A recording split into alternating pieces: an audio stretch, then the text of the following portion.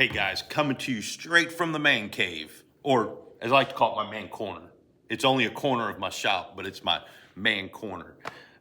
Hey, I know I left y'all off on the last video kind of talking about my PET scan and how the PET scan went.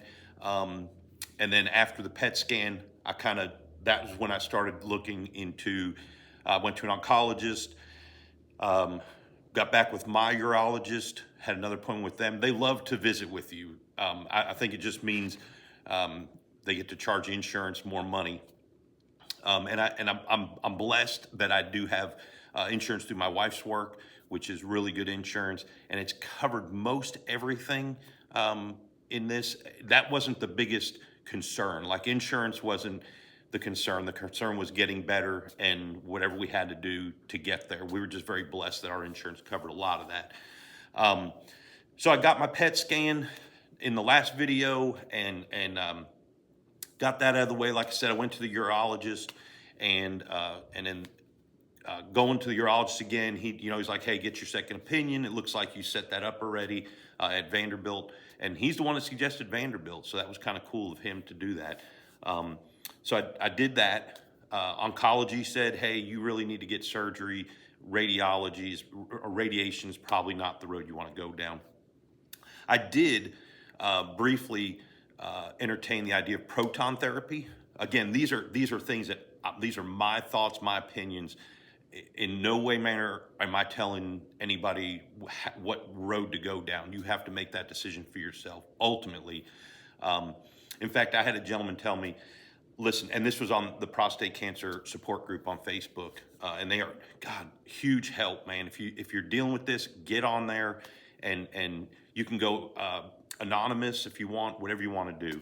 But man, they helped me through a lot of this, and you can ask questions, and nobody's there to beat you up, man. And there's some different questions on there, very personal stuff. But anyway, so I got all that stuff out of the way. I go to Vanderbilt, like I told you in the other video, and he was like, hey, I want to do this next day or next week. So we go in, talk to Dr. Sam Chang, is who did my surgery in Vanderbilt.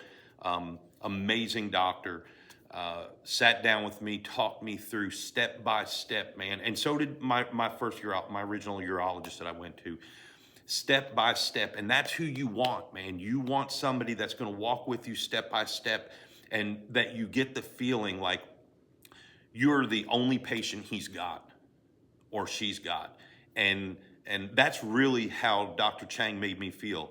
Made me feel like you are number one. Your cancer is aggressive.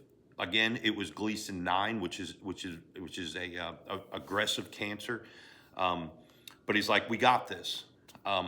Joked around a lot. You know, he tried to do it lighthearted because he knows that this is a very touching part of your life. I mean, it impacts you dramatically, and he knows your head is not in a good place right now. So we go through all that. Surgery is happening next week. I get up to the hospital in the morning, bright and early, man. We head to Nashville, and it's weird. I wasn't nervous at all. I felt so comfortable. I felt like my body was in the hands of the right person. And I'm just like, man, this is the route I chose to go down, and this is what I'm doing. And I'm sitting in Vanderbilt waiting. They bring you upstairs into a lobby area, and everybody that's getting surgery, not just prostate cancer, but everybody that's getting surgery is kind of in the same area. Your family stays there, and they hang out there, and then a nurse comes out and gets a group of people, and they walk you back and kind of get you all set up. Okay, they walk you back. They walk you to your prep area, and they got a curtain around it. If you've never been in surgery, this is my first surgery. I've never had surgery before. Walk me back there, and I get up on the bed and lay down after I get undressed and get my hospital suit on, whatever you want to call it. The thing is so ugly. But anyway, put that on, lay down, and man, I'm telling you, step by step, they were all over. Vanderbilt Hospital was amazing. They walked me through every little thing that we were going to go through, everything they were doing to prep me with giving me shots and putting, you know, sticky things on your body, and step by step, they did everything. I wasn't nervous at all. You know what I was worried about? Let me tell you what I was worried about. The one thing I was worried about, and I asked them, they said, "Are you nervous?" And I said, "I'm not nervous at all. For a guy that's never had surgery, I should be nervous." But they made me feel that comfortable and confident in that whole team that was working on me. Was that damn catheter. Because you're getting a catheter. I'm here to tell you. But, so I asked them, I said, "Hey, are you putting the catheter in before I go to sleep or after I'm asleep?" And they said, "After you're asleep. We won't do that when you're awake." And woke up and boom, you got a catheter. They didn't lie. It was there. But man, that going into the hospital, I know it's different for everybody, but if you've chose the right doctors and you've chose the right facility, and there are tons of places all over the country to go to, and some people even travel. They will leave where they live, go to a cancer center and get surgery and stay in a hotel for the recovery period, which is, your catheter should come out in 2 weeks. Mine did.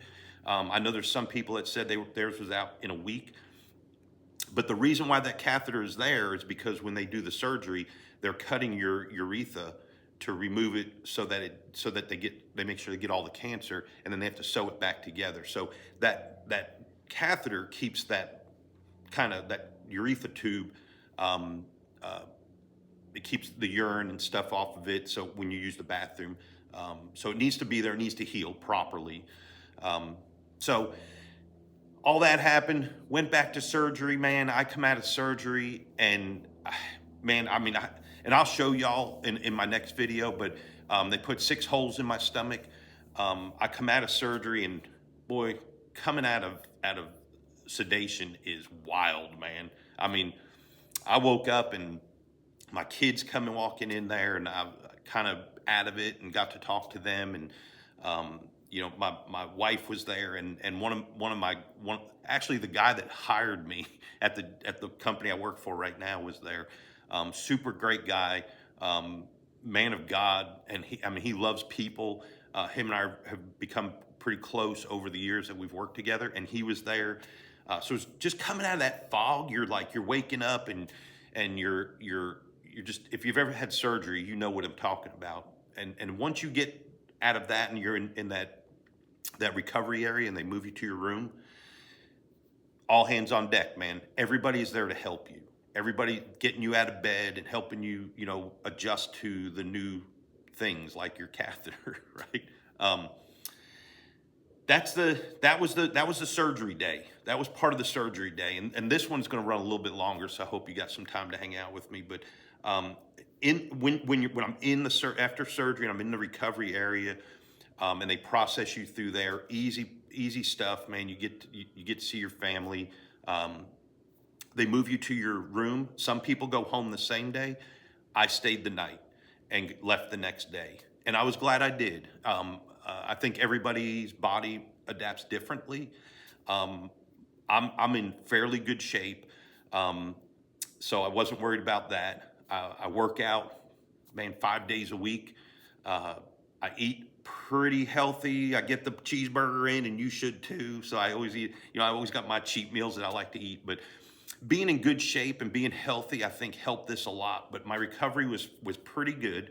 I spent the night in the hospital, like I said, and they were in there every I think it was every 3 hours they would come in there and they check your blood pressure, and I had a JP valve in the side to drain the blood that's in the prostate area. And that JP tube, what it does, it goes in your side, like right here, and it comes across and goes down, and then that's in there it was in there till the next morning. So if you're staying overnight, they'll remove that the next morning. Some people, I understand, have went home with that and then have to go back and have it taken out. Mine came out that next morning. Doesn't hurt. They pulled that thing out, and a weird feeling though. You could feel it down in below your stomach, right above your pubic area. You could feel it right there, and they pull it out, and it's just weird, man. You could feel the tube coming out, and then they pull it out. I did have some bleeding. They patched it up and taped it up for me in that morning. And I was up walking around, man. I started off with Tylenol, and I was like, I do not want any narcotics. And they're like, hey, listen, you might want to take some. I'm like, I don't. Tylenol is all I want. Let me tell you, when I got out of bed and I started walking around, I'm like, hey, let's go ahead and take some, I think they gave me oxycodones maybe, but it was low dose. It was low, it was not much milligrams. But boy, I slept like a baby when they gave that to me. And I think I probably took 4 or 5 over a period of time when I got home. I may not have needed them necessarily, but they made me sleep better. I was very comfortable for the next few days. But anyway, in the hospital, they get all that patched up. Next morning, there's going to be a lot of walking, because what happens is they pump gas into your body when they're doing the surgery to move all the organs out of the way and make room to work. So they pump gas in that. When you are out of surgery, that gas tends to get up into your shoulders, and you start walking around. They want you to walk. So every hour, I'm getting out of bed, I'm getting off the couch, and I'm walking around to get that gas off my shoulders. And it took some time to get it off of me. I don't think, that and stool softeners. You've got to take stool softeners. They'll give them to you.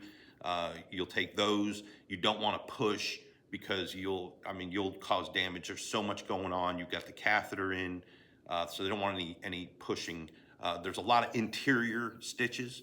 You got to think, they're putting 6 holes in you and putting this robot on you, the robotic surgery, and they're going in and doing the surgery and sewing things up. So on the surface, you might look like, it's not that bad, but inside there's a lot that went on. Your stomach, your bladder, everything has to get used to, your intestines, everything has to get used to being back in line again, because they moved it around. That throws it out of kilter. I didn't know that. It kind of messes things up. So they want you, before you eat solids, they want you to pass gas.